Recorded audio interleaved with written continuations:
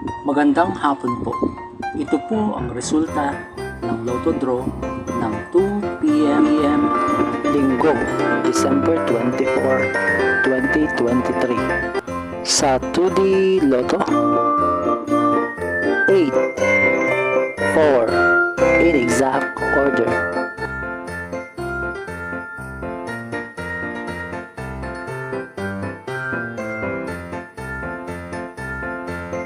Sa 3D Lotto,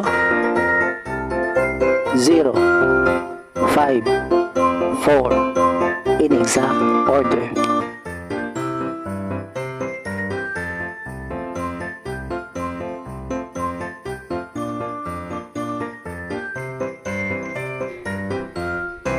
Ito po ang mga paalala sa mga Lotto winners at paraan kung paano makuha ang napanalunan. Ito po ang mga paalala sa mga Lotto winners at paraan kung paano makuha ang napanalunan. See you again later at 5 p.m. Lotto results para sa 2D Lotto at 3D Lotto.